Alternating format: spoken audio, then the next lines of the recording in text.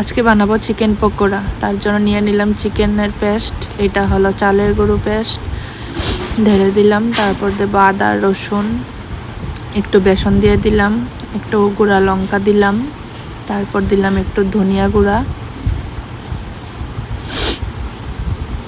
তারপর দিয়ে দিলাম একটু হলুদ,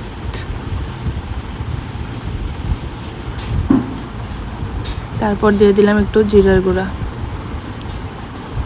তারপর দিলাম স্বাদ অনুযায়ী লবণ, তারপর দিয়ে দিলাম একটু লেবু।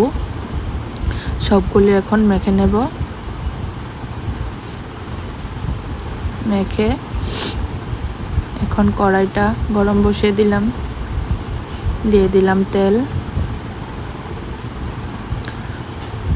পেঁয়াজ আর কাঁচা লঙ্কা কুচি কুচি করে কেটে দিলাম।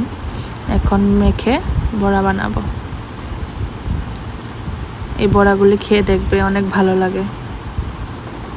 আমার তো অনেকটাই ভালো লাগে।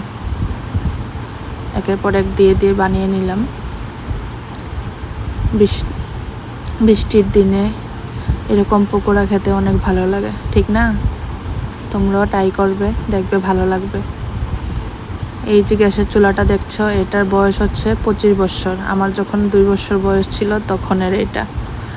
বুঝতে পারছো এখন এত সুন্দর। দেখো এই মানুষটা এটাকে এত যত্ন করে রেখে দিয়েছে। দেখো কি সুন্দর এখনো চুলাটা। কেউ বুঝবে এটা 25 বছর বয়স। এদিকে আমার চিকেন পকোড়া হয়ে গেল,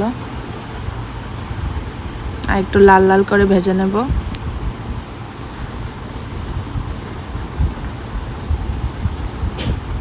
লাল লাল হয়ে গেছে, এখন আমরা খেয়ে নেব। তোমরা খেয়ে দেখবে কিরকম হয়, জানাবে।